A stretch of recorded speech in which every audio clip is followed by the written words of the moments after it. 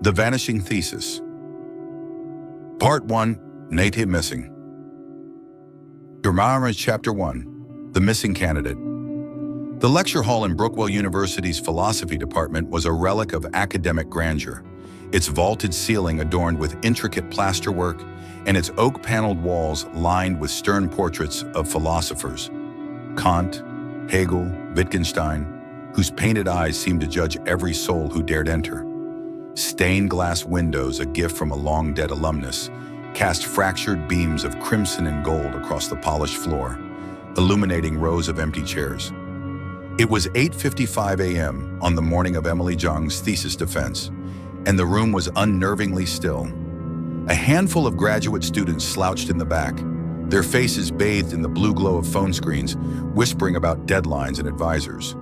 At the front, a mahogany table held 3 professors, the faculty panel, their expressions as unyielding as the stone bus flanking the podium. Clara Devon stood near the exit, her tailored navy blazer a stark contrast to the room's old-world opulence. Her dark hair was pulled into a tight bun, and her hazel eyes, sharp as a blade, scanned every detail. The scuffed podium where Emily should have stood, the untouched notepads before the professors, the faint hum of the air conditioning that did little to dispel the morning's chill. Clara wasn't here by choice. A desperate call from Emily's mother, Mei Zhang, had pulled her from her Boston apartment late last night, the words "she's gone" echoing like a gunshot. Emily, a star graduate student in philosophy, hadn't answered her phone in 2 days, a silence that, for a family as tightly knit as the Zhangs, was a cry for help. "She's never late," Professor Margaret Heller, the panel chair, said, her voice slicing through the quiet. Heller's silver hair was swept into a severe chignon, her navy suit pressed to perfection, her gold wristwatch glinting as she checked the time. As chair of the philosophy department, Heller was a titan at Brookwell, her name synonymous with intellectual rigor and an iron grip on the department's prestige. Her tone carried no concern, only irritation, as if Emily's absence was a personal slight. Clara noted the professor's clipped words, the way her fingers tapped the table with rhythmic precision, leaving faint dents in the wood. The other panelists were equally telling. Dr. Alan Voss, a neurophilosopher with a shock of gray hair and a reputation for cryptic lectures, adjusted his glasses, his fingers twitching as if itching to flee. Dr. Priya Anand, the department's ethicist, sat quietly, her hands folded, her dark eyes flickering with something, worry, perhaps, or guilt. Clara cataloged their reactions, her mind already weaving a tapestry of suspicion. By 9:15, the room buzzed with unease. A graduate student, a nervous girl with braided hair and ink-stained fingers, was dispatched to check Emily's office. She returned, her face pale, her voice barely above a whisper. "It's locked. No one's seen her since Tuesday. Her advisor's office is empty too." Clara stepped forward, her heels clicking on the hardwood floor. "I'll take a look." Heller's gaze snapped to her, sharp as a scalpel. "And you are?" "Clara Devon, representing the Zhang family." Clara's voice was calm, but it carried the weight of her reputation. A former law professor at Harvard, she'd left academia after exposing a tenure fraud scandal at Yale, then built a career as an independent attorney, dismantling academic cover-ups. Brookwell, with its whispered controversies and ivy-covered secrets, was exactly her kind of battlefield. Heller's lips pursed, but she said nothing, gesturing for the panel to adjourn. The professors filed out, Voss muttering about rescheduling, Anand lingering a moment too long, her eyes meeting Clara's with unspoken urgency. The graduate students dispersed, their whispers trailing like smoke. Clara stayed behind, her gaze lingering on the podium. A single sheet of paper lay there, abandoned, a draft of Emily's presentation, the title in bold, "The Ethics of Neural Manipulation, a Philosophical Inquiry." Clara slipped it into her bag, her pulse quickening. Emily Zhang hadn't just missed her defense. Something, or someone, had made her vanish. Chapter 2, Unanswered Emails. The Zhang family's duplex, nestled in a quiet suburb an hour from Brookwell, was a shrine to Emily's achievements. The living room walls were a gallery of milestones. Emily at her high school valedictorian podium, her smile radiant. Emily shaking hands with a senator at a national debate tournament. Emily in a cap and gown, clutching her Cornell diploma. Clara sat on a worn plaid couch, the fabric frayed at the edges, across from Mei Zhang, whose hands trembled as she clutched a stack of printed emails. Emily's father, Wei, stood by the window, his silhouette framed against the gray November sky, his silence heavier than words. She stopped answering on Tuesday, Mei said, her voice cracking like thin ice. She always calls every night at 8 p.m. to tell us about her day. Even when she was busy with her thesis, she never missed a call. Then, nothing. Clara took the emails, her fingers brushing the creased pages, each one a fragment of Emily's life. Most were mundane, a confirmation for a meeting with her advisor, Professor Voss, about her thesis draft, a request for extended access to the university's rare philosophy texts in the restricted archive, a polite query to the registrar about graduation deadlines. But one email sent Monday night at 11:47 p.m. to an address Clara didn't recognize, j.doe@anonmail.net, stood out like a flare in the dark. "I found something in the data. It's not right. We need to talk. Please, it's urgent." No reply, no signature. The address was a dead end, likely a burner account, untraceable without a court order or a hacker's touch. "When did you last speak to her?" Clara asked, her pen poised over a leather-bound notepad, her handwriting precise. "Monday evening," Mei said, her eyes brimming with unshed tears. She sounded off. Scared, maybe. She said her thesis was bigger than she expected, that it had implications, kept mentioning ethics and experiments. I begged her to explain, but she said it wasn't safe, not over the phone. Clara's pulse quickened. Emily's thesis, according to her parents, explored the philosophy of mind, specifically the ethics of neural manipulation, a topic ambitious enough to raise eyebrows, even at Brookwell, where intellectual audacity was currency. Emily wasn't just any student. Her undergraduate work at Cornell had earned her a National Ethics Prize, and Brookwell had courted her with a full scholarship, a rare honor in the cutthroat world of graduate admissions. Clara leaned back, her mind sifting through the details. Did she mention anyone specific? A professor? A classmate? Anyone she was working with? Wei turned from the window, his voice low. She mentioned Voss, her advisor. Said he was pushing her to narrow her thesis, but she didn't want to. Said it felt like he was hiding something. Clara made a note. Voss, pressure on thesis scope. She thanked the Zhangs and drove to her hotel, a no-frills chain near the campus, its neon sign flickering in the dusk. In her room, she pulled up Emily's profile on Brookwell's website. It was sparse, stripped of recent activity, as if someone had scrubbed it clean. Her last post on X, dated a week ago, was a quote from Nietzsche. "Truth is a labyrinth. The deeper you go, the harder it is to get out." No likes, no comments, a digital ghost. Clara cross-referenced Emily's name on academic databases. Her publications, once prolific, stopped abruptly 6 months ago, as if she'd hit a wall. She opened her laptop and typed a quick email to a contact at the Boston Globe, a journalist who owed her a favor. "Brookwell University, missing grad student. Smells like a cover-up. Call me." The Zhangs had hired her for answers, and Clara would start with Emily's office. But Brookwell's administration was already closing ranks. If she wanted access, she'd need to play dirty. Leverage, threats, or both.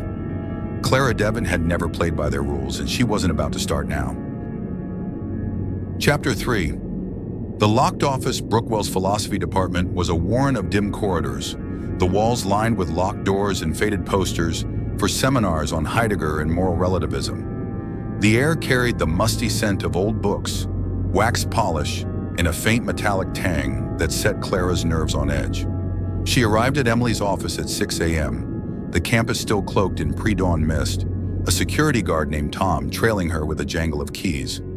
Clara had secured access by name-dropping the dean and hinting at a civil rights lawsuit, a tactic that cut through bureaucratic red tape like a knife. Tom, a wiry man with a nervous tic and a uniform 2 sizes too big, looked like he'd rather be anywhere else. Emily's office was a closet-sized room at the end of a neglected hallway, its doors sealed with a heavy padlock that gleamed under the fluorescent lights. The frame was marred by fresh scratches, jagged, uneven marks that spoke of desperation, not precision. Clara crouched, her gloved fingers tracing the gouges, her breath catching at the sight of a faint smear of what looked like rust or blood. "This wasn't a locksmith," she said, her voice low. "Someone tried to force it." Tom shrugged, his eyes darting to the ceiling. "Kids break in sometimes, looking for exam keys or free coffee. Happens every semester." Clara's gaze hardened. The scratches were too deliberate, too angry for a prank. She stood as Tom fumbled with the padlock, his hands unsteady under her scrutiny. The door creaked open, revealing a room frozen in chaos. Papers spilled across a narrow desk, their edges curling like autumn leaves. A laptop cable dangled uselessly, its device missing. Books lined a sagging shelf, Kant's Critique of Pure Reason, Dennett's Consciousness Explained, an obscure neuroethics text with titles like Mind Control, Ethical Frontiers. A single sticky note clung to the monitor, its handwriting hurried, the ink smudged. "Check the archives, it's in the gaps." Clara pocketed the note, her mind racing. The desk drawers were nearly empty, yielding only a crumpled receipt from the campus cafe. Time-stamped 3:47 p.m. Tuesday, the day Emily vanished. A half-empty coffee cup sat on the desk, its contents cold, a faint lipstick mark on the rim. Clara leaned closer, noting the shade. A deep red, not Emily's usual pink, according to her mother. Someone else had been here. She stepped back, her eyes scanning the room's corners. A small trash can held shredded paper, the fragments too fine to reconstruct without hours of work. A single photo was pinned to a corkboard. Emily at a conference, shaking hands with a man Clara recognized, Dr. Richard Lang, a neuroscientist who'd left Brookwell under a cloud 5 years ago. Clara snapped a photo of the room, every angle, every scratch, every stray paper. This wasn't just an office, it was a crime scene, gutted of anything that could point to Emily's work. "Any cameras in this hall?" Clara asked, her voice casual, but her eyes locked on Tom's face. He hesitated, scratching his neck. "Yeah, but they've been glitchy. Tech's working on it. Old systems, you know?" "Glitchy how?" she pressed. "Feed cut out Tuesday night. Happens sometimes with the wiring." Clara's pulse quickened. Tuesday night, the night Emily stopped answering her phone. She made a mental note to press the tech department later, but for now she needed to move carefully. As she left, she caught a flicker of movement at the hallway's end, a shadow slipping around the corner, too quick to identify. Her hand went to her phone, her thumb hovering over her contact list. She didn't follow, not yet. Someone was watching, and Clara had learned long ago that hunters often became the hunted. She'd need to tread lightly, but she'd also need to move fast. Chapter 4. A Faculty Divided. The faculty lounge was a fortress of privilege, its polished wood paneling and leather armchairs exuding an air of untouchable authority. A crystal chandelier hung overhead, casting soft light on a mahogany table cluttered with coffee cups and academic journals. Clara had secured a meeting with the philosophy department's key players by leveraging her reputation and a carefully worded email to the dean, hinting at a potential exposé in the Boston Globe. Around the table sat Professors Margaret Heller, Alan Voss, and Priya Anand, each radiating a distinct flavor of unease. The air was thick with the scent of espresso and unspoken tension, the kind that clung to rooms where secrets were buried. Heller spoke first, her voice cutting through the silence like a blade. Emily was brilliant but erratic. She missed meetings, ignored deadlines, and fixated on tangents that had no place in her thesis. I warned her it wouldn't pass without discipline. Her silver hair gleamed under the chandelier, and her eyes, cold as winter, assessed Clara like a rival in a courtroom. Clara leaned forward, her notepad open but untouched, her pen resting against her lips. "Erratic how? Give me specifics, dates, conversations, anything." Heller's lips thinned, her fingers tightening around a Mont Blanc pen. She was obsessed with old experiments, neural ethics, behavioral studies from the 80s. She'd corner me after seminars asking about restricted archives, claiming they were relevant to her work. I told her to focus on her approved topic. Voss, the neurophilosopher, shifted uncomfortably, his fingers drumming a nervous rhythm on the table. His gray hair was disheveled, his glasses slipping down his nose. She was curious, too curious perhaps, kept digging into historical data, decommissioned projects, studies on neural manipulation. I advised her to stay within her scope, but she was stubborn. His voice was smooth, but his eyes darted to Heller, a silent plea for reinforcement. Restricted archives?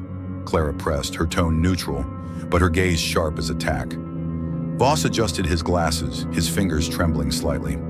Old research, decommissioned projects from the Cold War era, behavioral experiments, nothing relevant to her thesis. His words were too quick, too rehearsed, and Clara caught the faint sheen of sweat on his forehead. Priya Anand, the ethicist, spoke last, her voice soft but weighted with unease. Emily came to me last month.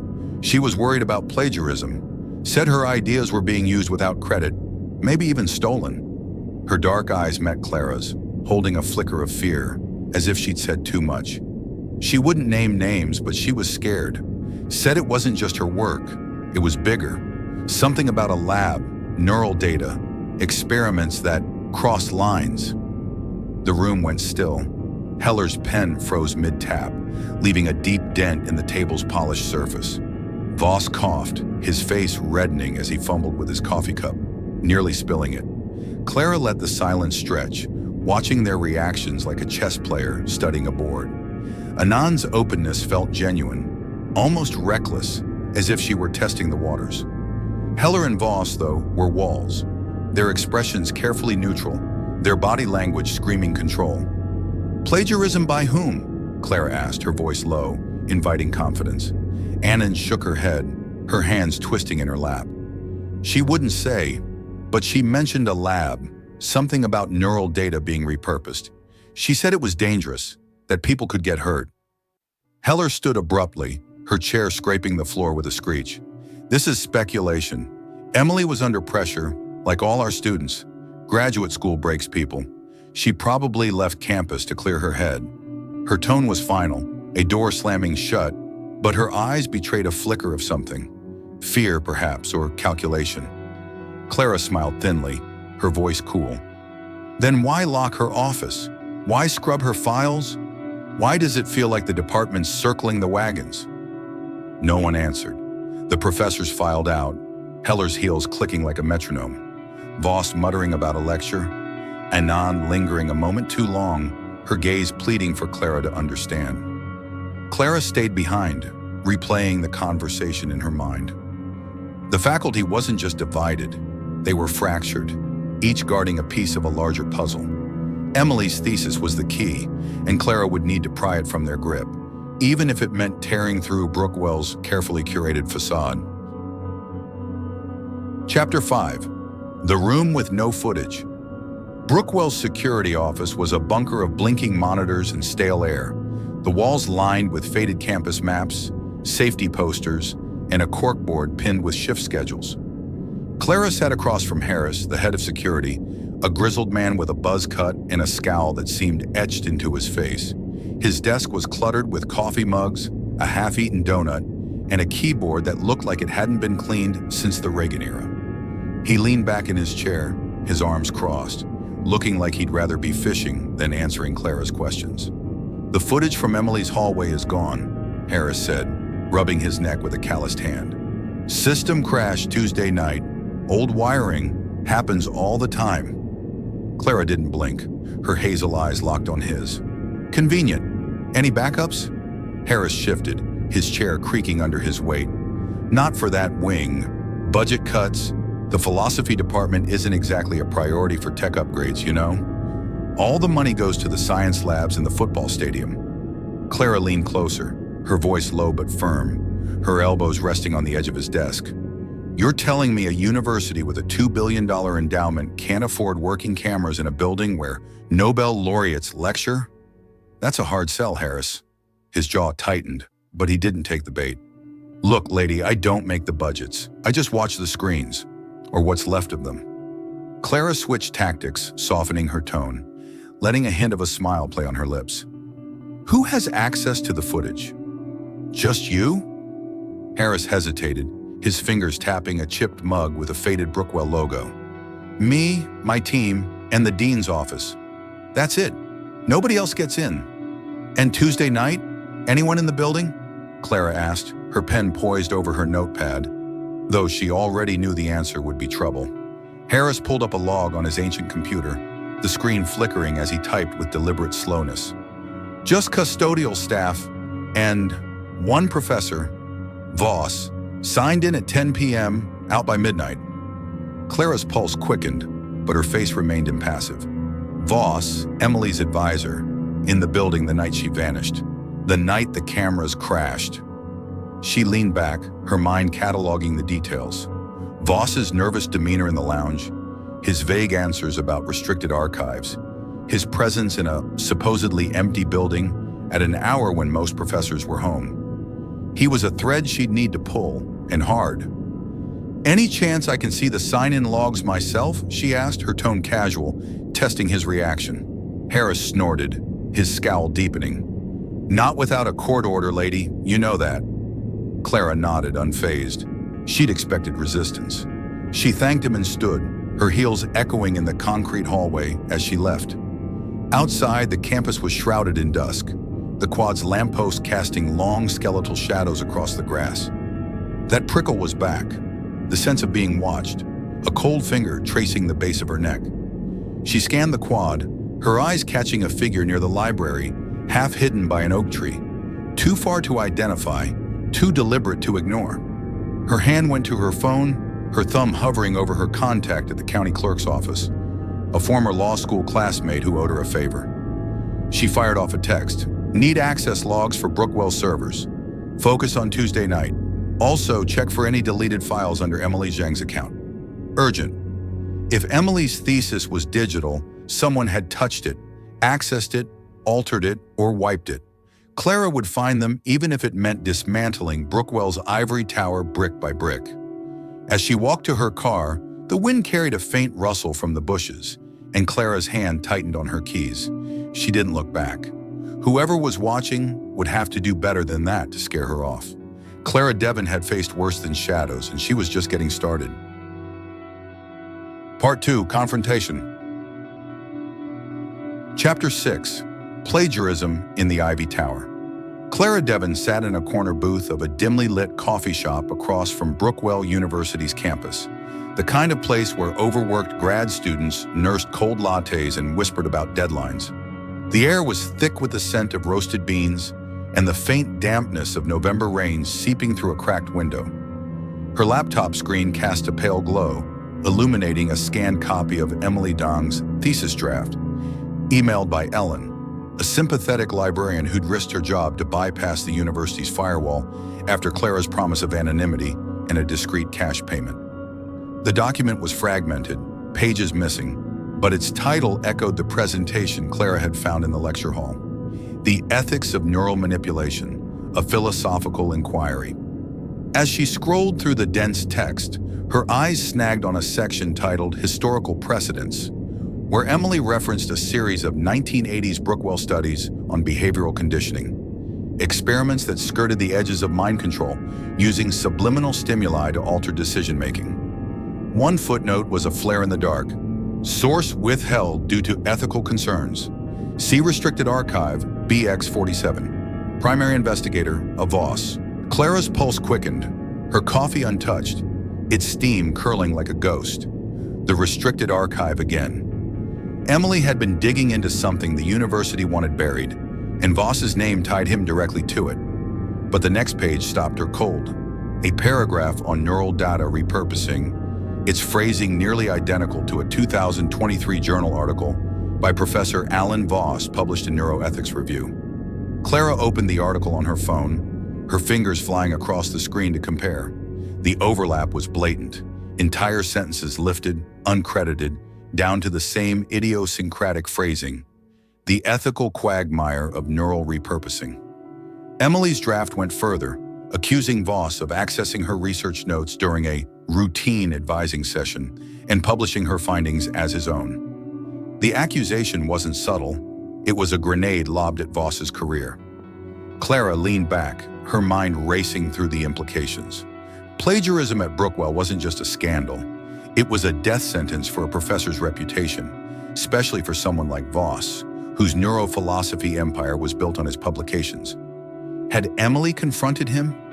Was that why she vanished? Her thoughts were interrupted by a text from her contact at the county clerk's office, a former law school classmate who specialized in digital forensics. Server logs from Tuesday night show user A. Voss deleted files from Zhang's account at 11:03 p.m. Also, unusual activity on a secondary server, encrypted folder labeled Mnemosyne. Need more time to crack it. Clara's jaw tightened. Voss in the building, wiping Emily's digital footprint the night she disappeared. And Mnemosyne, Greek mythology, the goddess of memory, a code name perhaps, for something far uglier than plagiarism. She needed more evidence. Clara slipped into her coat, the leather creaking as she stood, and headed to Brookwell's library, a Gothic monolith at the campus's heart, its spires piercing the gray sky. The restricted archive was housed in the basement, accessible only with faculty approval or a dean's signature, neither of which Clara had. But she had Ellen, who met her at a side entrance, her wire-rimmed glasses fogging in the cold. "I could lose my job for this," Ellen whispered, her hands trembling as she handed Clara a temporary access card. But Emily was kind. She'd spend hours here, always asking about the old psychology studies. She didn't deserve whatever this is. The archive was a labyrinth of steel shelves, the air heavy with dust and the faint metallic tang Clara had noticed in Emily's office. Fluorescent lights buzzed overhead, casting stark shadows. Clara found box BX47, a locked metal container labeled Behavioral Studies, 1982 to 1989. She picked the lock with a practiced hand. Her lockpick set a relic from her days investigating campus cover-ups. Inside were yellowed reports, their pages brittle, detailing experiments on neural stimulation. Subjects exposed to subliminal cues, their behaviors tracked without consent, their memories manipulated through low-frequency pulses.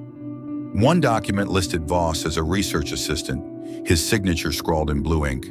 Another mentioned Dr. Richard Lang, a name Clara recognized from Emily's conference photo as the project's lead. Clara photographed every page, her heart pounding as she cataloged the details. Unauthorized experiments, questionable funding, and a handwritten note in the margin, "Ethics Committee informed. No action taken." Emily had uncovered a skeleton in Brookwell's closet, one that linked Voss to a past the university had buried. As she closed the box, the lights flickered, and a shadow moved behind a shelf, a tall figure, too quick to identify. Clara's hand went to the pepper spray in her pocket, her breath shallow. The shadow vanished, but the message was clear. Someone knew she was here. She slipped out of the library, the access card burning a hole in her pocket. Back at her hotel, Clara uploaded the photos to an encrypted drive, her mind buzzing with questions. Emily's thesis wasn't just a paper, it was a ticking bomb, and Voss was holding the detonator. But who else was involved? And why was Mnemosyne encrypted? Clara's phone buzzed again, another text from her contact. Mnemosyne folder linked to an external IP. Offshore. Be careful. Clara's grip tightened. She was close, but the deeper she dug, the more dangerous the ground became. Chapter 7. The Silent Advisor. Clara's meeting with Professor Alan Voss was set for 8 a.m. in his office. A cluttered sanctuary overlooking Brookwell's quad, its lawn now slick with morning dew. The room was a shrine to neuroscience and philosophy, its bookshelves sagging under the weight of tomes like The Brain That Changes Itself and Being in Time. A whiteboard was scrawled with equations, neural diagrams, and cryptic phrases: neural override, ethical threshold, memory consolidation. Voss sat behind his desk, his gray hair more disheveled than at the faculty meeting, his glasses perched precariously on his nose. He avoided Clara's gaze, fussing with a stack of papers, as she took a seat in a creaky wooden chair, her blazer crisp despite the early hour. I don't know what you expect from me, Voss began, his voice tight, his fingers shuffling papers with no purpose. Emily was a student, a good one, but troubled. She stopped showing up to our meetings, missed deadlines, got lost in tangents. Clara leaned forward, her hazel eyes locked on his, her voice calm but cutting like a scalpel. Troubled how? Because she accused you of stealing her work? Or because she found something in the archives you didn't want her to see? Voss's hand froze mid-shuffle, his face paling, the paper slipping slightly in his grip. That's absurd, he said, his voice cracking. I don't need to steal from students. My research speaks for itself. I've published in Nature Neuroethics Review. My CV is public. Then explain the server logs, Clara said, her tone unyielding. She slid a printed screenshot across the desk, courtesy of her clerk contact, showing the 11:03 p.m. deletion from Emily's account. Tuesday night. Your login, a Voss, wiped her files. The same night she vanished. Care to walk me through that? Voss's mouth opened, then closed, his fingers twitching like a cornered animal's. Sweat beaded on his forehead, catching the light from a desk lamp. I was updating her records. She'd missed deadlines. I had to mark her incomplete. It's standard protocol. Clara didn't buy it. She pulled out a printed page from Emily's thesis draft, the plagiarized section circled in red ink, her handwriting precise. This paragraph in your 2023 article matches Emily's notes verbatim, word for word down to the phrase ethical quagmire. You call that coincidence? Voss's eyes darted to the paper, then away, his hands clenching the desk's edge. Neural ethics is a small field. Ideas overlap. She was my advisee. Maybe she borrowed from me. His voice was defensive, but the tremor in it betrayed him. Clara let the silence stretch, watching the sweat trickle down his temple. She changed tactics, her voice softening, almost conspiratorial. Emily trusted you, Alan. She came to you with concerns about her work, about experiments. She mentioned the restricted archive, BX47. What did she find there? He flinched at his first name, a crack in his armor, his glasses slipping further down his nose. She was obsessed with old studies, behavioral experiments from the 80s, irrelevant, decommissioned projects. I told her to focus on her thesis, but she was paranoid. Kept talking about ethics, conspiracies. She wasn't well. Paranoid enough to disappear? Clara pressed, leaning closer. Or did someone make her? Someone who didn't want her digging into your past. Voss stood abruptly, his chair scraping the hardwood floor, his face flushed. I have a lecture. We're done here. He grabbed his briefcase, papers spilling onto the floor. Clara didn't move, her voice low. I'm not. If you're hiding something, I'll find it. And if Emily's hurt, you'll answer for it. Not just to me, but to a courtroom. He left without another word, the door slamming behind him, the sound echoing in the small room. Clara stayed, her eyes scanning the office. A locked filing cabinet caught her attention, its keyhole scratched like the door to Emily's office, the marks fresh and jagged. She made a mental note to return after hours with her lockpick. As she stood, her gaze fell on a photo on Voss's desk. Him with Dr. Richard Lang, both smiling at a Brookwell gala, their tuxedos crisp, their expressions smug. The same Lang from Emily's conference photo, the same Lang tied to the archive's experiments. Clara snapped a picture of the photo, her mind weaving connections. Voss wasn't just a plagiarist, he was a link to something darker. As she left, she noticed a crumpled note under the desk, half hidden by a stray paper. She picked it up, unfolding it carefully. Meet me at the psych lab, 10 p.m. Tuesday. Easy, Clara's breath caught. Tuesday night, the night Voss was in the building, the night Emily vanished. She pocketed the note, her heart pounding. The puzzle was taking shape, but the pieces were sharp enough to cut. Chapter 8.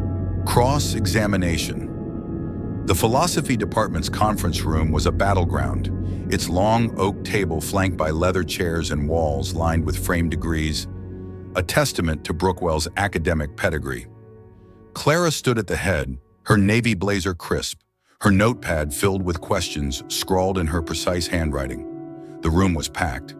Professor Margaret Heller at the opposite end, her silver hair gleaming under fluorescent lights, her expression a mask of controlled fury. Dr. Priya Anand, the ethicist, her hands folded tightly, her eyes darting nervously. Dean Edward Klein, a bureaucrat with a politician's smile and a tie that screamed old money, and a handful of junior faculty, their faces a mix of curiosity and dread. Professor Voss was conspicuously absent, citing a scheduling conflict, but Clara knew better. He was dodging her. She didn't waste time. Emily Zhang's thesis draft contains evidence of plagiarism by a senior faculty member, Clara began, her voice steady but sharp, cutting through the room's tension. Her office was ransacked, her digital files deleted, and she's been missing for over a week. Brookwell's response has been to lock doors, scrub servers, and dodge questions. Why? Heller's eyes narrowed, her Mont Blanc pen tapping the table with rhythmic precision. You're making accusations without proof, Ms. Devon. Emily was unstable, overwhelmed by her thesis. She likely left campus to escape the pressure. It's not uncommon. Clara slid a printed copy of Emily's email to j.doe@anonmail.net across the table, the paper landing in front of Klein. She was scared, not unstable. She wrote about finding something in the data, something dangerous enough to make her a target. What was it? Klein adjusted his tie, his smile faltering, his fingers brushing the paper without picking it up. We're cooperating fully, Ms. Devon, but student privacy laws limit what we can share. You understand? Privacy laws don't apply when someone's missing, Clara shot back, her voice rising just enough to make the junior faculty shift uncomfortably. I've got server logs showing deletions from Emily's account by a faculty member's login. I've got her draft accusing a professor of stealing her work. And I've got a locked archive box, BX47, tied to experiments this university buried decades ago. Care to explain why no one's talking? Anand spoke, her voice trembling but resolute. Emily came to me about the plagiarism. I told her to go to the ethics committee, but she said they wouldn't listen. She mentioned a lab, something about neural data being misused, experiments that crossed lines. Heller's pen stopped, her eyes snapping to Anand. Priya, that's enough. You're speculating. Clara seized the opening, her voice calm but relentless. What lab? Where is it? And why was Emily so scared of it? Anand hesitated, her hands twisting in her lap, her gaze flickering to the door as if expecting someone to burst in. The old psychology building, basement level. It's been closed for years, but Emily said she saw lights there at night. She thought it was still active. Klein stood, his voice firm, his smile gone. This meeting is over. Ms. Devon, any further inquiries require legal counsel. We'll provide what we can through proper channels. Clara leaned forward, her eyes locked on his. I am legal counsel Dean Klein, and I'm filing a civil suit for obstruction of justice unless you open Emily's records. Full access, no redactions, by tomorrow noon. The room emptied, Heller's heels clicking like gunfire, the junior faculty scurrying out like startled mice. Anand lingered, her face pale, and slipped Clara a folded note as she passed. Check the ethics committee minutes, 2018, Lang's name. Be careful. Clara pocketed it, her mind racing. The old psychology building was her next stop, but she'd need to move quietly. Brookwell was watching her every step. Back in her hotel, Clara pored over the note's implications. The ethics committee, Lang, the lab, it was all connected, a web with Emily at its center. She pulled up a campus map, pinpointing the psychology building, a derelict structure on the campus's edge, its windows boarded, its history shrouded. Clara's phone buzzed, a text from Ellen, the librarian. Found a reference to Namasin in a 2018 grant proposal. Lang was PI, funding source redacted. Clara's grip tightened. The pieces were falling into place, but the picture was darker than she'd imagined. Chapter 9, Student number 2175. Clara's hotel room was a war room, its desk buried under notes, photos, and a coffee pot that hadn't been refilled in hours. She'd spent the night digging into the 2018 Ethics Committee minutes Anand had pointed her to. accessed through a backdoor link from Ellen, who'd hacked the library's database with surprising skill. The records were sparse but damning. A student, ID number 2175, identified as Julia Carter, had filed a complaint against Dr. Richard Lang for unethical research practices involving neural manipulation. The complaint detailed experiments with subliminal stimuli conducted without informed consent, funded by an unnamed organization. The committee dismissed it, citing insufficient evidence, and Julia withdrew from Brookwell weeks later, her record marked with a single word: incomplete. Clara tracked Julia to a small bookstore in Boston's Back Bay, its shelves packed with used paperbacks and the scent of mildew and old ink. Julia, now in her late 20s, had a wary gaze, her brown hair pulled into a messy bun, her hands trembling as she shelved a copy of 1984. The bookstore was quiet, save for the hum of a radiator and the occasional jingle of the door's bell. Clara approached, her voice soft but direct. "Julia Carter? I'm Clara Devon. I need to talk about Brookwell." Julia's eyes flicked to the door, her body tensing. "I don't talk about Brookwell. Not anymore." Clara leaned against a shelf, her posture relaxed but her eyes sharp. "I'm not here to drag you back. Emily Zhang's missing, and I think it's tied to what happened to you in 2018. Help me understand." Julia froze, her hand clutching the book, her knuckles white. "Emily? She was a TA when I was there. Bright, curious, too curious like me." Her voice was barely above a whisper, her eyes darting to the windows. "What happened in 2018? Clara asked, keeping her tone gentle, inviting confidence. Julia hesitated, then spoke in a rush, as if the words had been bottled up too long. "I was Lang's research assistant. He was running experiments in the old psych lab. Subliminal stimuli, behavioral nudging, stuff that messed with people's heads. No consent forms, no oversight. I found out the funding came from some offshore group, no name, just a bank transfer. I reported it to the ethics committee, but they buried it, said I was overreacting. Then my dorm was broken into, my notes stolen. I got scared, so I left." Clara's mind connected the dots. Lang, Voss, the restricted archives, now Julia, a pattern of silent students. "Did Emily know about this?" Julia nodded, her eyes glistening. "She contacted me last year, asking about Lang. I warned her to stay away, told her what happened to me. Guess she didn't listen." Her voice broke, and she turned away, shelving another book to hide her face. Clara handed her a business card, her voice firm but kind. "If you remember anything else, call me, day or night." As she left, she felt that prickle again, the sense of being watched. A black sedan idled across the street, its driver obscured by tinted windows. Clara memorized the plate, her heart pounding, but her steps steady. She'd run the number later, but for now she needed to stay focused. Julia's story wasn't just a lead, it was a warning. Chapter 10, A Deleted Thesis. Clara returned to Brookwell under cover of night, the campus silent except for the rustle of leaves and the distant hum of a generator. The library's server room was her target, a humming cave of blinking lights and tangled cables, accessible with Ellen's stolen card. Her clerk contact had sent a partial recovery of Emily's deleted files, fragments of her thesis, time-stamped hours before Voss's login. The recovered text was a bombshell. Emily accused Voss of plagiarizing her work and reviving Lang's experiments under a new grant, coded as Project Nemazen, funded by an unnamed organization with ties to offshore accounts. The thesis outlined neural manipulation techniques, subliminal cues, memory alteration that echoed the 1980s studies in BX-47. Clara's flashlight swept the server racks, her breath visible in the cold air, her boots silent on the concrete floor. She found the mainframe and plugged in a USB drive loaded with a data recovery script, a gift from a hacker friend from her Yale days.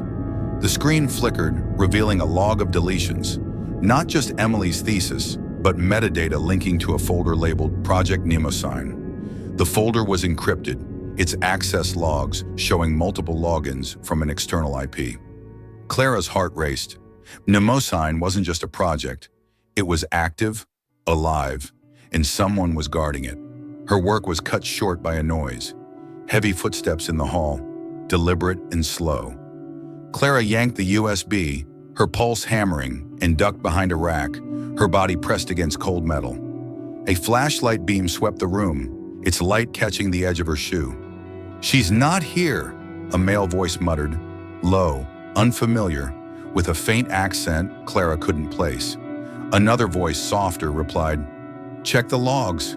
She's been poking around." The beam lingered, then retreated, the door clicking shut. Clara waited 10 minutes, her breath shallow, her mind racing. She slipped out, the USB burning a hole in her pocket.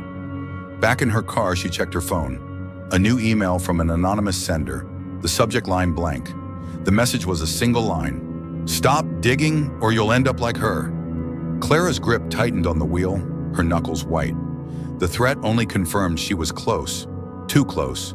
She started the engine, her eyes scanning the rearview mirror for the black sedan. Project Namasan was the key, but accessing it meant diving deeper into Brookwell's underbelly, where the shadows were watching and the stakes were rising. Part 3. The Dark Side of Academia. Chapter 11. The Experiment Lab. Clara Devon navigated Brookwell University's campus under a moonless November sky, the air sharp with frost and the distant howl of wind through bare trees. The old psychology building loomed at the campus's edge, its brick facade crumbling like an ancient ruin, its boarded windows staring blankly into the night. Officially decommissioned after a 2013 fire gutted its upper floors, the building was a forgotten relic. But Emily Zhang's claim of lights in the basement had ignited Clara's instincts. Her breath misted as she moved, her boots silent on the frost-slicked grass, her lockpick set tucked in the pocket of a dark hoodie that replaced her usual tailored blazer. The anonymous email's threat, "Stop digging or you'll end up like her," echoed in her mind, joined by the memory of the black sedan in Boston, its tinted windows hiding a faceless watcher. Clara wasn't one to scare easily, but tonight she felt the weight of unseen eyes. The side entrance was secured with a rusted chain, the padlock old but sturdy, its surface pitted with age. Clara crouched, her gloved fingers working the lockpick with practiced precision, her ears straining for any sound beyond the wind. The lock yielded with a soft click, the chain slithering to the ground like a snake. Inside, the air was stale, heavy with dust, mildew, and a faint chemical tang. Bleach, maybe, or something sharper. A narrow staircase descended to the basement, its wooden steps warped and groaning under her weight. The walls were lined with peeling paint, and a single bulb flickered overhead, casting jagged shadows. At the bottom, a steel door stood, its surface marred by scratches and dents, as if someone had clawed at it in desperation. Whether to get in or out, Clara couldn't tell. A low hum emanated from beyond. Not the buzz of faulty wiring, but the steady thrum of machinery, alive and awake. Clara picked the lock, her heart pounding as the door creaked open, revealing a cavernous basement lit by a single flickering fluorescent tube. Rows of outdated lab equipment lined the walls. Oscilloscopes with cracked screens, EEG monitors trailing frayed wires, and a modified MRI scanner, its coils rusted but gleaming with recent use. In the center, a glass partition room held a chair rigged with electrodes, its armrest fitted with restraints, wires snaking to a console covered in blinking LEDs and touchscreen controls. Clara's stomach churned. This wasn't a decommissioned lab. It was a living experiment, a ghost brought back to life. The air carried a faint metallic scent, like blood or overheated circuits, and the floor was scuffed with fresh footprints, too large to be Emily's. She moved to the console, her flashlight sweeping the controls, revealing a logbook bound in cracked leather. Its pages were filled with handwritten entries, dates, subject IDs, and cryptic notes like stimulus response, 87% compliance, memory suppression effective at 40 Hz, and subject reported disorientation, protocol adjusted. One entry dated the previous week bore Emily's initials. EZ observed unauthorized access. Protocol breach reported to AV subject advised to cease inquiry. Clara's pulse quickened. Emily had been here, seen something, and reported it, likely to Voss. The logbook mentioned Project Namasan, linking it to neural manipulation trials funded by an entity called Cerberus Group. A quick search on her phone, routed through a secure VPN, yielded nothing. Cerberus was a ghost, a shell corporation with no digital footprint. Clara photographed the logbook, her hands steady despite the chill creeping up her spine. She found a folder labeled Namasan Protocols, its pages detailing subliminal audio frequencies and chemical compounds designed to alter memory and behavior. One protocol referenced Phase 2 with a note, Voss to oversee subject recruitment. Cerberus demands accelerated timeline. Clara's mind raced. Voss wasn't just complicit, he was running the show. She moved to a biohazard bin, its lid ajar, and spotted a discarded syringe, its needle glinting under her flashlight. A label read Compound MX7, a name she didn't recognize but photographed anyway. Footsteps echoed above, heavy and deliberate, accompanied by the creak of the staircase. Clara doused her flashlight, slipping behind a cabinet stacked with dusty journals, her body pressed against cold metal. Two figures descended, their flashlight beams slicing through the dark. "She's getting too close," one said, a male voice with the same faint accent Clara had heard in the server room. Eastern European, maybe. "Voss says to clean it out. Burn the logs if we have to." The second figure, a woman, replied, "Not yet. Cerberus wants the data intact. We move the equipment tomorrow." Their beams swept the lab, missing Clara by inches, illuminating the chair's restraints. She held her breath, her hand on her pepper spray, until they retreated, their footsteps fading. Clara waited, her pulse hammering, then photographed the lab's every detail. Equipment, logbook, syringe, even the scuffed floor. As she slipped out, she noticed a faint red light in the corner. A hidden camera, its lens trained on the door, its LED blinking like an unblinking eye. Someone had seen her enter. She hurried to her car, parked a block away, the logbook's pages burning in her memory. Emily had stumbled onto a live experiment, and Clara was now a target in its shadow. She drove to her motel, checking her rearview mirror for the sedan, her mind racing with questions. Who was Cerberus? And what had Emily seen that made her a threat? Chapter 12. Mind Games. Clara's motel room, a nondescript hideout off the highway, was a fortress of paranoia, its blinds drawn tight, the door double-locked with a chair wedged under the handle. Her laptop sat on a rickety desk, its screen glowing with photos from the psych lab, each image a shard of a darkening puzzle. The logbook's entries confirm Project Namasan was a neural manipulation program, testing subliminal stimuli, audio, visual, chemical, on unwitting subjects.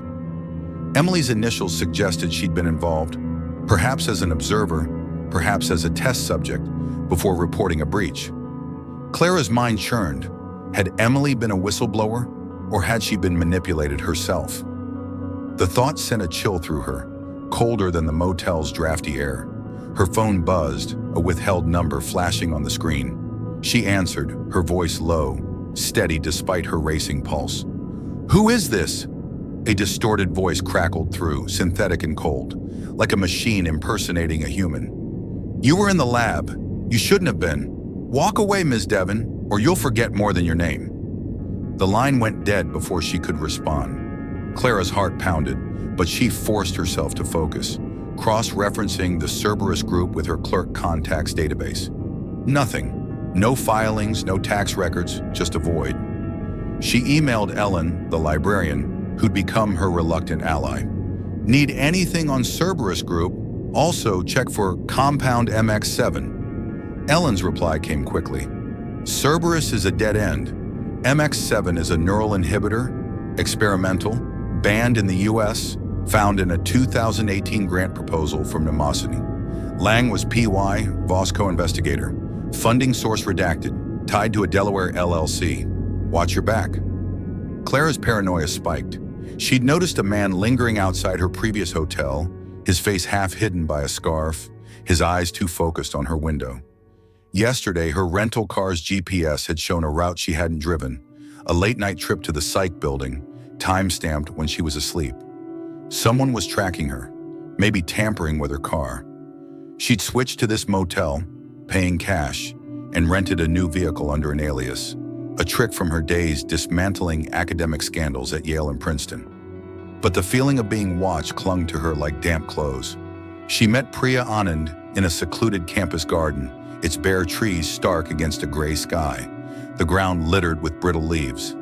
Anand's hands trembled as she handed Clara a USB drive, its surface scratched as if it had been hidden in haste. "Emily gave this to me last month," Anand whispered, her voice barely audible over the wind. "Said it was her backup. I didn't look. Too scared. They're watching me too, Clara. Heller knows something. She's protecting Voss. Maybe more." Clara took the USB, noting Anand's pallor, the way her eyes darted to the shadows between the trees. "What do you know about mnemosiny?" she asked. Anand's voice dropped lower. "It's not just research, it's control, behavior, memory. Emily said they were testing on students, volunteers who didn't know what they were signing up for. She found proof in the lab." Anand's eyes glistened. "I should have helped her, but I was afraid." Clara pocketed the USB, her voice firm. "Stay safe, Priya. Don't talk to anyone." As Anand hurried away, Clara felt that prickle again, a rustle in the bushes, too deliberate for the wind. She didn't look back, but her hand stayed near her pepper spray. At the motel, Clara plugged in the USB, her laptop humming as it decrypted the files. They were fragments of Emily's thesis, including a section titled Neural Ethics Violations, detailing mnemosini's use of subliminal audio and MX7 to alter memory and behavior. Emily had documented subjects reporting blackouts, altered decisions, even personality shifts. One name stood out: Julia Carter, student number 2175, listed as subject C12, partial memory suppression. Clara's breath caught. Julia's 2018 complaint was no coincidence. She'd been a test subject. That night, Clara's sleep was fractured by nightmares. Electrodes on her skull, a distorted voice whispering, "Forget." She woke to a text from an unknown number. "Leave Brookwell. Last warning." Attached was a photo of her entering the psych lab, time-stamped hours ago, her face clear under the camera's lens.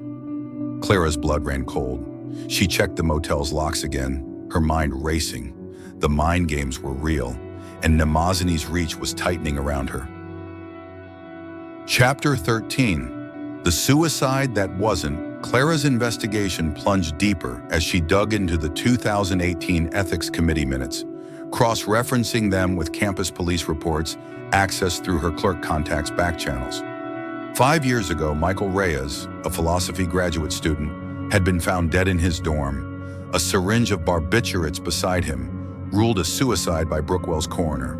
The report was pristine, too pristine. No autopsy, no toxicology, just a coroner's signature and a case closed within 48 hours. But the committee minutes revealed Reyes had been a research assistant for Dr. Richard Lang, working on Mnemosyne Phase 1. Days before his death, he'd filed a complaint alleging coercive experimentation, involving memory blockers and subliminal stimuli. The complaint was dismissed for insufficient evidence, and Reyes was dead a week later. Clara tracked down Reyes's roommate, Ethan Patel, now a barista at a crowded Cambridge cafe, its air thick with the scent of espresso and burnt toast. Ethan, lean and jittery, had dark circles under his eyes as if sleep had abandoned him years ago. They sat in a corner booth, the clatter of dishes masking their conversation. "Mike didn't kill himself," Ethan said, stirring his coffee endlessly, the spoon scraping the mug. "He was stressed, sure, but not suicidal. He was scared, kept talking about Lang's lab, said they were messing with his head." "What kind of experiments?" Clara asked, her notepad open, her pen poised, her eyes scanning Ethan's face for tells. Ethan leaned closer, his voice a whisper. "Memory blockers, drugs, sounds, flashing lights. He said it made him forget things, like whole days. He'd wake up not knowing where he'd been. He wanted out, but Lang threatened to tank his degree, said he'd never work in academia. Mike was going to blow the whistle, but then..." He trailed off, his eyes darting to the door. Clara pressed gently. "Then what?" His notes disappeared. His laptop was wiped. Cops didn't care. Said it was just a junkie grad student. But Mike didn't do drugs. Ethan's voice cracked, his hands trembling. I saw someone in our dorm the night he died. Not a student, older, wearing a coat. He was gone before I could follow. Clara's mind raced. Reyes, Julia Carter, now Emily, a pattern of students silenced after crossing Lang and Minamosity. She pushed Ethan for more, but he clammed up, muttering about eyes everywhere. As she left, she spotted the scarf-wearing man from her hotel, now sipping coffee 2 tables away, his eyes hidden behind sunglasses. She snapped a discreet photo, her pulse quickening, and sent it to her clerk contact. Run this face, urgent. Back at the motel, Clara combed through Emily's USB, finding a reference to Reyes. Subject MR, deceased, likely linked to Mnemosyne Phase 1. Post-mortem blood work detected MX7, inconsistent with barbiturate overdose. Emily had access to coroner's report Clara hadn't found, suggesting Reyes' death was staged. Clara emailed her contact. Need Reyes' full coroner file. Push for a court order if you have to. The response came hours later. File sealed by University Counsel. Need federal leverage. Clara cursed, her fingers drumming the desk. Brookwell's walls were ironclad, but she'd find a crack.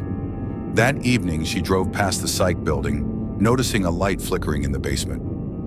She parked a block away, her binoculars revealing a figure moving inside. Tall, male, possibly Voss. She didn't approach, but the site confirmed the lab was still active. Mnemosyne wasn't just a project, it was a machine, and it was still running. Chapter 14, The Ethics Committee.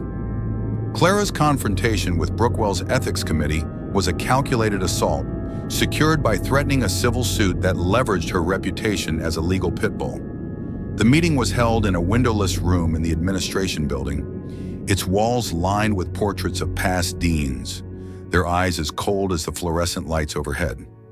Dr. Evelyn Morse, the committee chair and a psychology professor, sat at the head of a polished table, her gray hair pulled into a tight bun, her face a mask of practiced neutrality. Flanking her were 2 junior members, a biologist with nervous hands and a sociologist who kept glancing at the door. Professor Margaret Heller sat as an unofficial observer, her silver hair stark, her eyes boring into Clara like daggers. Dean Edward Klein was absent, citing a scheduling conflict, but Clara suspected he was avoiding the fallout.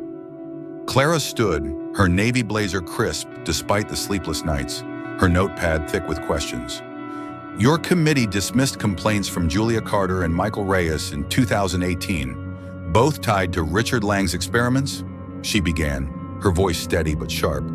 Now Emily Bang's missing after raising similar concerns about Mnemosyne. Why is this committee protecting a project that's experimenting on students? Morse's fingers tightened on her pen, her voice calm but strained. Ms. Devon, our records are confidential. Those complaints were reviewed thoroughly and found baseless. We take ethics seriously at Brookwell. Clara slid a copy of Emily's USB data across the table, the neural ethics section highlighted in yellow. Emily documented unauthorized experiments, subliminal stimuli, memory manipulation, chemical agents like MX7. She linked them to Mnemosyne and Lang. You dismissed her concerns too, didn't you? Heller interjected, her voice cold as ice. You're fishing, Ms. Devon. Emily was unstable, like Reyes. Overworked students crack under pressure. This committee acts on evidence, not speculation. Clara's eyes narrowed, her voice low. Then explain why Reyes' coroner file is sealed, or why Julia Carter's dorm was ransacked after her complaint, or why Emily's thesis was deleted the night she vanished, with server logs pointing to a faculty member. Morse shifted, her neutral mask slipping. We're not at liberty to discuss ongoing investigations. The university is cooperating with local authorities.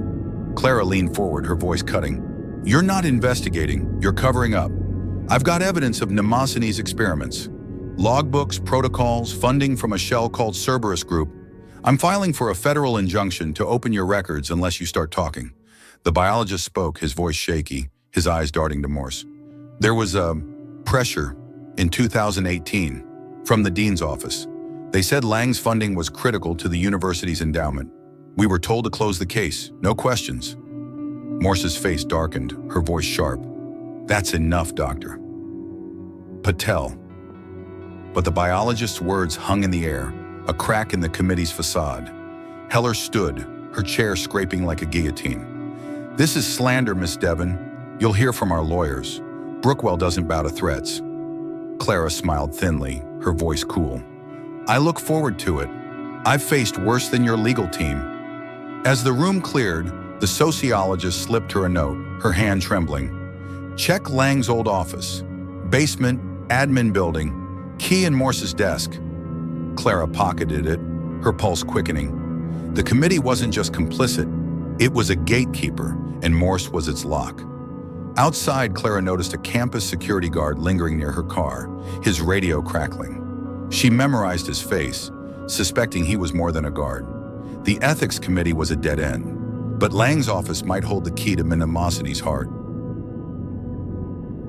Chapter 15. A Professor's Confession. Clara's search for Richard Lang's old office led her to the administration building's basement, a labyrinth of storage rooms, flickering lights, and forgotten files. The door was unmarked, its lock modern, out of place among the rusted hinges of its neighbors. Clara had swiped a key from Morse's desk during a distraction, a spilled coffee, a feigned apology, her years as an investigator honing her sleight of hand. The office was a time capsule, its air thick with dust and the faint scent of old paper. Boxes lined the walls, a dusty desk sat in the center, and a locked safe gleamed in the corner, its digital keypad glowing faintly.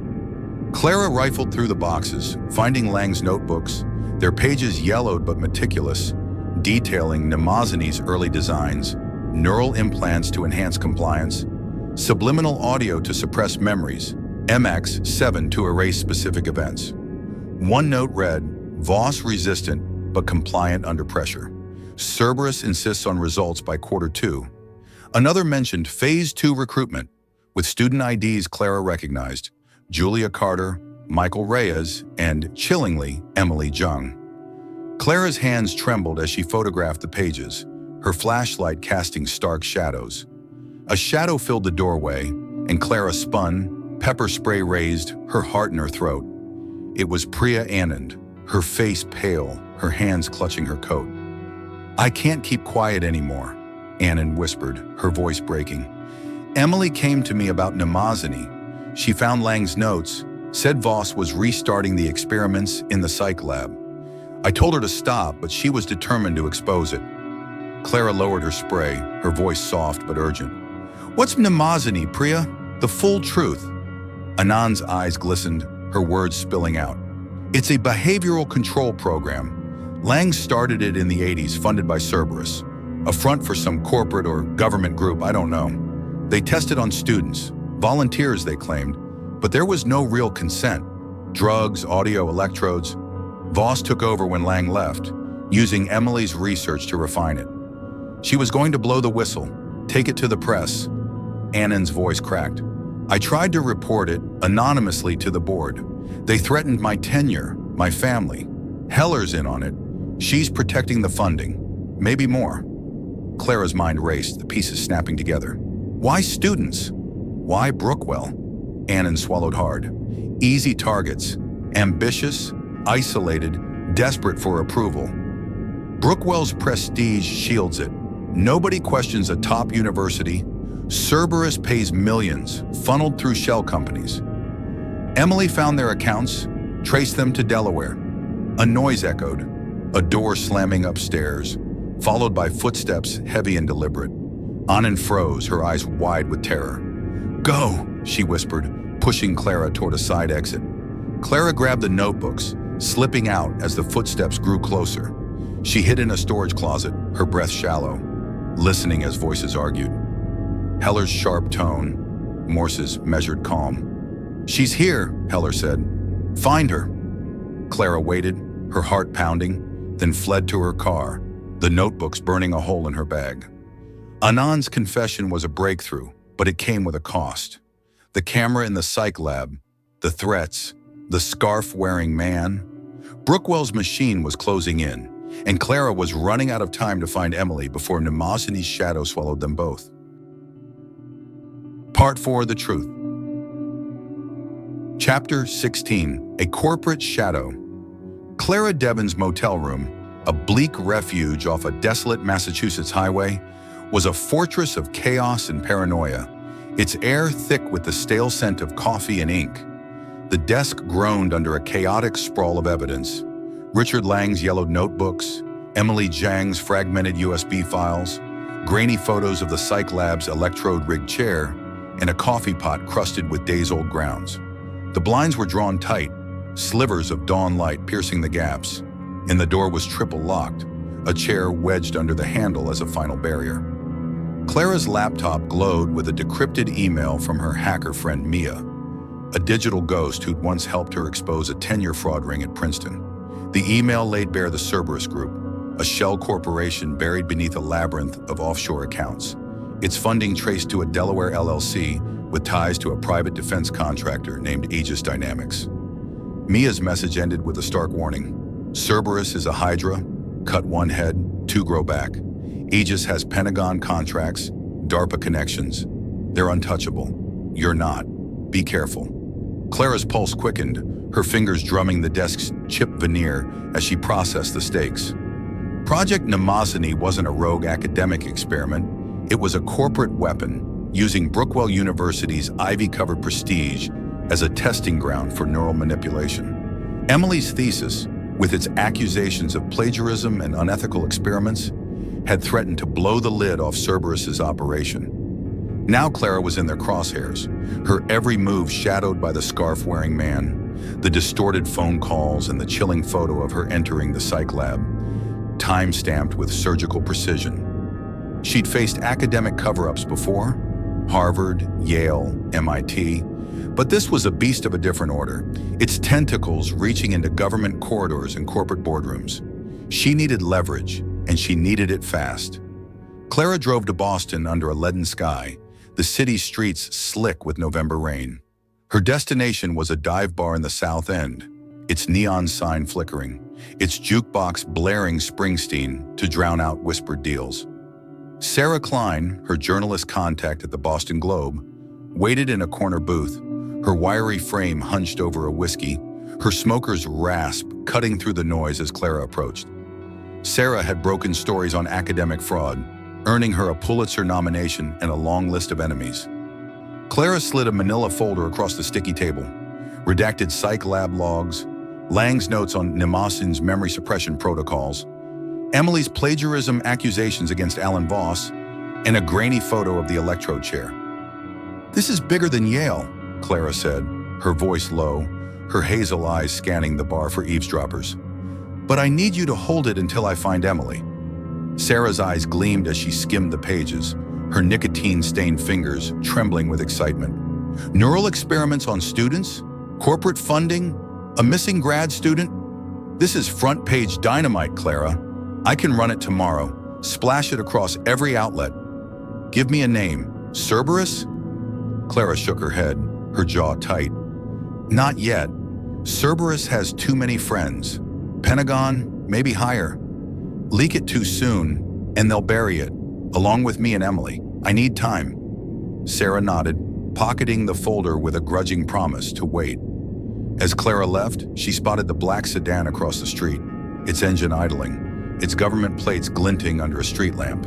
She memorized the number again, noting a new detail. A faint Aegis Dynamics logo on the door, barely visible. Her stomach twisted.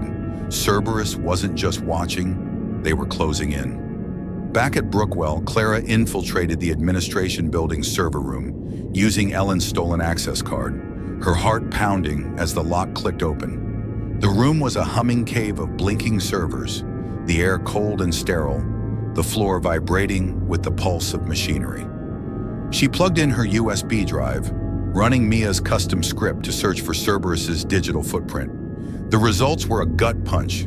Encrypted emails between Voss and an unknown recipient, Cerberus watched liaison at anonmail.net, discussing Mnemosyne Phase 3 and subject retention protocols. One email sent the night Emily vanished read, EZ compromised, initiate containment, Cerberus authorizes all measures. The word containment hung like a noose. Another file, a budget spreadsheet, showed millions funneled through Aegis Dynamics, with line items for subject compensation and disposal protocols. Clara's hands shook as she copied the files, her mind racing. Emily wasn't just a threat. She was a liability Cerberus planned to erase. A noise, footsteps, deliberate and heavy, echoed in the hallway. Clara yanked the USB, diving behind a server rack, her body pressed against cold metal, her breath shallow. A security guard swept his flashlight through the room, his radio crackling with a voice. "She's been here. Check the logs. Kane wants her found." Clara's pulse hammered.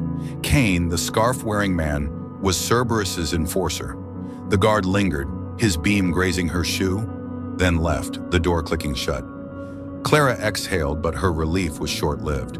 As she slipped out, she noticed a new camera above the door, its red LED blinking like a predator's eye. Cerberus wasn't just hunting, they were hurting her. Clara drove to a new motel, her fourth in 10 days, paying cash and using a burner phone to text her clerk contact. "Rachel, needs Cerberus's corporate filings. Focus on Aegis Dynamics and Pentagon contracts." Rachel's reply came at dawn. Aegis is a DARPA subcontractor, classified projects. Cerberus is their shadow arm. "You're on thin ice, Clara. Feds are sniffing." Clara's grip tightened on the phone. Mnemosyne was a weapon, designed to control minds, and Emily had been its unintended casualty. But where was she? Clara's eyes fell on Lang's notebook, a scribbled margin note catching her attention. "Safe house protocol, subject relocation, 42.3 north, 71.1 west. Overseer, Dr. H. Coordinates, pointing to a rural address an hour from Brookwell. Dr. H. Heller, almost certainly." Clara plugged the coordinates into her GPS, her heart pounding. It was a long shot, but it was her only lead to Emily. Before leaving, Clara emailed Mia. "If I go dark, send everything to Sarah Klein." Don't wait. She packed her evidence, notebooks, USB, photos, into a waterproof bag, hiding it under the motel's floorboards. Cerberus was a hydra, but Clara was a blade, and she'd cut as deep as she could before it swallowed her. Chapter 17. The Safe House. The coordinates led Clara to a dilapidated farmhouse in the Massachusetts countryside, its sagging roof and peeling paint blending into the moonless night. Overgrown fields stretched around it, the air sharp with the scent of damp earth and pine. Clara parked a quarter-mile away, her new rental car hidden in a thicket, and approached on foot, her dark hoodie blending with the shadows. Her lockpick set was ready, her stun gun tucked in her waistband, but the front door was ajar, creaking in the breeze, its hinges rusted. Her pulse quickened. This wasn't neglect, it was a trap, bait left for a hunter who'd gotten too close. Inside, the farmhouse was a tomb of decay, the air thick with must and rot, the floorboards sagging under her weight. Faded wallpaper peeled in strips, and a broken chandelier hung like a skeleton in the foyer. A narrow staircase led to the attic, its steps littered with dust and cobwebs, but fresh footprints marked the wood, too large for Emily's size 6 shoes. Clara moved slowly, her flashlight off, her eyes adjusting to the faint glow filtering from above. The attic was a makeshift command center, its walls papered with maps, surveillance photos, and handwritten notes. A desk held a laptop, its screen locked, and a corkboard displayed photos. Emily at a lecture, Julia Carter leaving her bookstore, Michael Reyes in his dorm, and chillingly, Clara herself, captured outside her motel, her face circled in red marker. A radio crackled in the corner, its static broken by a voice. "Perimeter clear. Subject secure. Kane's on his way." Clara's heart pounded. Emily was here or had been. She searched the desk, finding a notebook labeled Mnemosyne Containment, its pages detailing subject relocation protocols. Emily was listed as Subject EZ'd, high risk, memory suppression incomplete, with a note, relocated to secondary site, Boston Harbor, per Dr. H.A map pinned to the wall marked a warehouse near the harbor, its coordinates scrawled in red. Clara photographed it, her hands trembling, the camera's shutter sounding deafening in the silence. The notebook confirmed Heller's role as containment overseer, her initials MH stamped on every page. Heller wasn't just protecting Voss, she was Cerberus's cleanup crew, erasing their mistakes. A floorboard creaked behind her, sharp and deliberate. Clara spun, stun gun raised, but a figure lunged from the shadows, knocking it from her hand. The man was tall, his face obscured by a ski mask, his accent, Eastern European, like the server room's voice, growling, "You shouldn't be here." He pinned her against the wall, his grip iron, but Clara kneed him hard, breaking free. She grabbed a metal pipe from the floor, swinging it at his shoulder. He staggered, cursing, and fled down the stairs, his boots thundering. Clara didn't pursue. Her evidence was worth more than a brawl. She grabbed the notebook, stuffing it into her bag, and bolted, her car's engine roaring as she sped away, the farmhouse shrinking in her rearview mirror. At her motel, Clara uploaded the photos to her encrypted drive, her mind racing. Emily was alive, but memory suppression incomplete meant Mnemosyne's experiments had targeted her mind, maybe irreversibly. The warehouse was her next stop, but she'd need backup.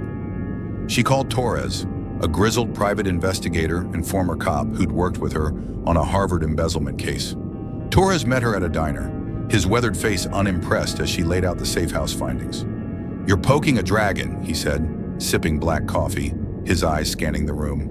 "Cerberus has military-grade muscle. You sure about this?" Clara slid him the warehouse coordinates, her voice firm. "I'm finding Emily. You in or out?" Torres grunted, his hand brushing the holster under his jacket. "In, but we need gear. Security's gonna be tight." Clara nodded, her burner buzzing with a new threat. The safe house was a warning. "The harbor will be your grave." She showed Torres, who frowned, his jaw tight. "They're scared," he said. "Means you're close. But scared dogs bite hardest." Clara spent the night planning, sketching the warehouse's layout from memory. She emailed Sarah, "Hold the story, but prep it. If I don't check in by dawn, run it." The warehouse was her endgame, but the safe house's photos, her own face circled in red, lingered like a death sentence. Cerberus knew her every move, and time was running out. Chapter 18. An Ally's Betrayal. Clara's trust in Priya shattered when she re-examined the USB drive Anand had given her. Buried in the metadata was a tracking script, pinging her location to an external server every time she opened the files. Anand hadn't just been scared, she'd been compromised, feeding Clara just enough truth to keep her in Cerberus's sights. The betrayal cut deep, a reminder of Clara's isolation in this fight. But anger would have to wait. She disabled the script using Mia's software, her fingers flying across the keyboard, and moved to a new motel, her fifth, its neon sign flickering like a dying star. She paid cash, used a fake name, and swept the room for bugs, her paranoia now a second skin. Clara confronted Anand at her campus office, a cramped space cluttered with ethics textbooks, wilting plants, and a framed photo of Anand's daughter. The door clicked shut, and Clara's voice was low, sharp as a blade. "You bugged the USB, Priya. Who are you working for? Heller? Cerberus?" Anand's face paled, her hands trembling as she gripped the desk, her eyes brimming with tears. "I didn't have a choice, Clara. Heller found out I talked to Emily. She showed me recordings, me accepting a bribe in 2018 to stay quiet about Mnemosyne. I was young, broke, a new professor. I didn't know what it was. They threatened to expose me, ruin my daughter's future." Her voice cracked, her shoulders slumping. "I gave you the USB to help, but Heller made me add the tracker. I'm so sorry." Clara's jaw tightened, but Anand's fear was raw, bone deep, a mirror of Clara's own dread. "What do they have on you? And where's Emily?" Anand's voice was barely audible. "The recordings are stored in Heller's office, a safe under her desk. If I talk, they'll release them." "Emily, they took her to a warehouse near Boston Harbor. She's alive, but they're using her as a test subject, MX7, neural overrides. They want to erase what she knows about Mnemosyne, make her forget the thesis, the lab, everything." Anand's eyes met Clara's, pleading. I tried to help her, I swear. I leaked her thesis draft to the ethics committee, anonymously, but they buried it. Clara's stomach twisted, the image of Emily strapped to a chair searing her mind. Give me something I can use. Names, locations, anything. Annan scribbled on a sticky note, her hands shaking. Marcus Kane, Cerberus liaison, meets Voss at the warehouse every Tuesday, 10 p.m. Heller's not the top. Someone above Dean Klein is pulling strings. Maybe the university president. She hesitated, then added, Kane's dangerous. Ex-DARPA, trained to kill. Clara took the note, her mind racing. Kane was the scarf-wearing man, Cerberus's enforcer, and Tuesday was tonight. She had hours to prepare. Clara left, spotting Kane across the quad, now joined by a second figure, both watching her. She ducked into a lecture hall, slipping out a side exit, her heart pounding. At her motel, she ran Kane's name through Rachel's database. Marcus Kane, 42, former DARPA operative, now a private contractor for Aegis Dynamics, with a rap sheet sealed by federal order. His photo matched the scarf-wearing man, his cold eyes unmistakable. Clara's blood ran cold. Cerberus wasn't just corporate, it was paramilitary, and Kane was its blade. She texted Torres, updating him on Kane in the warehouse meeting. His reply was curt. Armed security confirmed. I'm bringing gear. Vests, guns, the works. Meet me at 8 p.m. Clara packed her own arsenal, pepper spray, stun gun, a concealed knife, and a micro camera, relics from her riskier investigations. She emailed Mia, if I go dark, get Heller safe. Recordings are key. Annan's betrayal had narrowed Clara's allies, but the warehouse was her chance to save Emily and end animosity. The shadow above Klein, possibly President Lillian Gray, loomed, but Clara would face one dragon at a time. Chapter 19. The Warehouse. Clara and Torres approached the Boston Harbor warehouse at dawn, the sky a bruise of purple and gray, the air thick with salt and diesel. The building was a hulking shell of rusted steel, its windows blacked out, its perimeter fenced with barbed wire and patrolled by a single guard. Clara's burner phone was off, her car parked a mile away to avoid tracking. Torres, clad in a tactical vest, carried a handgun, a crowbar, and a flashlight, his grizzled face set in a scowl. This is a suicide mission, he muttered, cutting through the fence with bolt cutters, the metal snapping like bones. Clara, in a black jacket, gripped her stun gun, her voice steady. Suicide's not my style. Let's move. Inside, the warehouse was a labyrinth of crates, industrial equipment, and shadows, the air heavy with oil and the faint hum of a generator. They moved silently, guided by Clara's map from the safe house, their boots muffled on the concrete floor. A steel door at the back led to a basement level, its electronic lock glowing red. Clara used Mia's bypass device, a black market gadget that hummed as it cracked the code. The door hissed open, revealing a sterile lab, its walls lined with monitors displaying neural scans, EEG readouts, and video feeds of test subjects. In the center, a glass chamber held Emily Zhang, strapped to a chair, her eyes vacant, electrodes on her temples, an IV dripping a clear liquid. MX7, Clara guessed, into her arm. Her face was pale, her dark hair matted, but she was alive. Clara's heart lurched, but Torres grabbed her arm, his voice a whisper. Guards, 2, maybe 3. He nodded to a pair of men in black fatigues, Cerberus logos on their sleeves, patrolling the lab's perimeter. Clara recognized one, Marcus Kane, his scarf gone, his face hard, a pistol holstered at his hip. A third figure emerged from a side room. Voss, his gray hair disheveled, his glasses reflecting the monitor's glow. He spoke to Kane, his voice low. Subjects stable. Another round of MX7, then disposal. Cerberus wants her gone by morning. Clara's blood boiled, her grip tightening on the stun gun. She signaled Torres, who nodded, moving to flank the guards, his handgun ready. Clara crept toward the chamber, her bypass device disabling the lock with a soft beep. Emily stirred, her voice weak, barely audible. Clara, they took my mind. The thesis. Clara shushed her, cutting the restraints with her knife, but an alarm blared, red lights flashing. Kane had spotted them. "Intruder!" he shouted, drawing his pistol. Torres fired a warning shot, the crack echoing, scattering the guards. Kane returned fire, bullets pinging off the consoles, shattering a monitor. Clara dragged Emily behind a crate, her body limp, her breathing shallow. Voss fled, disappearing into a side exit. His cowardice no surprise. Torres tackled Kane, disarming him in a brutal grapple, but more guards poured in, their radios crackling with orders. Clara activated the lab's fire suppression system, twisting a valve that flooded the room with thick foam, blinding the guards and creating chaos. She and Torres hauled Emily up the stairs, her weight heavy, her words incoherent. "Voss, Heller, they sold us." They reached the car, Torres laying down cover fire as Cerberus's men regrouped. Clara floored the gas, the warehouse shrinking in the rearview mirror, Boston's skyline looming ahead. She drove to a safe house Torres had arranged, a cabin in the woods, its windows dark, its isolation a shield. Emily was stable but disoriented, her memories fragmented, her eyes haunted. Clara called Sarah. "Run the story." Now front page, no redactions. She sent the warehouse photos, the safe house notebook, and Emily's USB files.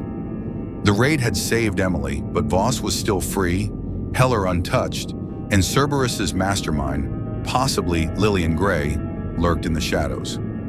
At the cabin, Clara tended to Emily, who whispered, "I saw contracts, Cerberus and Gray. Millions." Clara's mind raced. Gray, Brookwell's president, was the key. She texted Rachel, "Dig into Lillian Gray, emails, financials, anything with Cerberus." The war wasn't over, but Clara had struck a blow, and Cerberus was bleeding. Chapter 20, A Reckoning. Clara's story broke in the Boston Globe at noon. Sarah Klein's front-page expose, a sledgehammer. Brookwell's dark secret, neural experiments, corporate cover-up, and a missing student. It detailed Namazin's experiments, Cerberus's funding through Aegis Dynamics, and Brookwell's complicity, naming Voss, Heller, Lang, and, crucially, President Lillian Gray. Clara's evidence, psych lab logs, Lang's notebooks, Emily's thesis fragments, warehouse photos, formed an airtight case. By evening, X was ablaze with hashtags, Dakun Brookwell scandal, Neni Mnemosyne exposed, Justice for Emily. Protests erupted on campus, students chanting outside the administration building, their signs demanding resignations.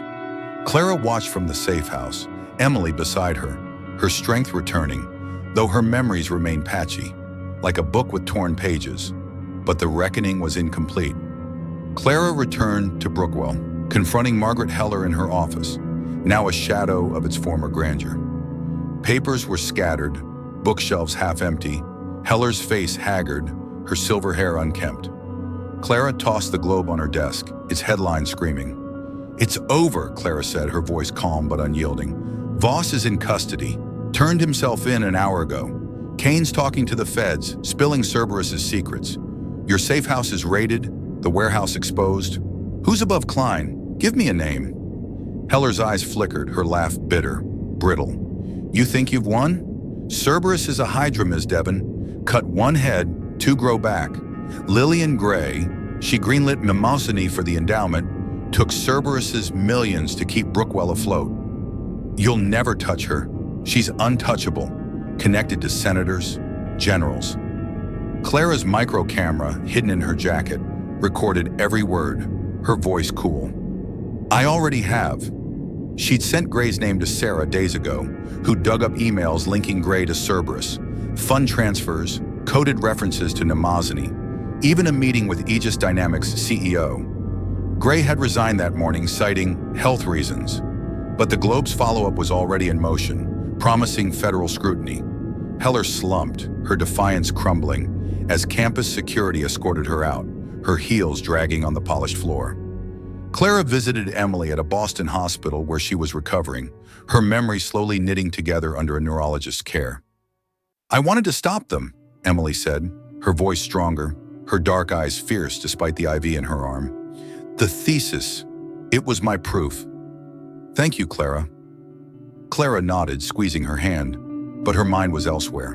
Cerberus's higher echelons, beyond Gray, beyond Aegis, remained untouched, their names buried in classified files. Kane's interrogation might crack the case, but Clara wasn't optimistic. Hydras didn't die easily. She drove to Boston, meeting Torres at the same dive bar, its jukebox now playing Dylan. Torres sipped a beer, his face weary but satisfied. "Feds are moving on Aegis," he said. "Kane's singing. Named a few suits, but not the top dogs. You gonna keep chasing this?" Clara's eyes hardened, her voice low. "Until it's done." She'd saved Emily, exposed Nemazini, and toppled Brookwell's giants, but Cerberus's shadow stretched further. Pentagon offices, corporate towers, maybe higher. The thesis was gone, its truth reduced to fragments, but it had torn Brookwell's facade apart. Clara's reckoning had reshaped the battlefield, but the war was far from over. She paid for Torres's beer, stepped into the rain, and vanished into the night, her next fight already taking shape.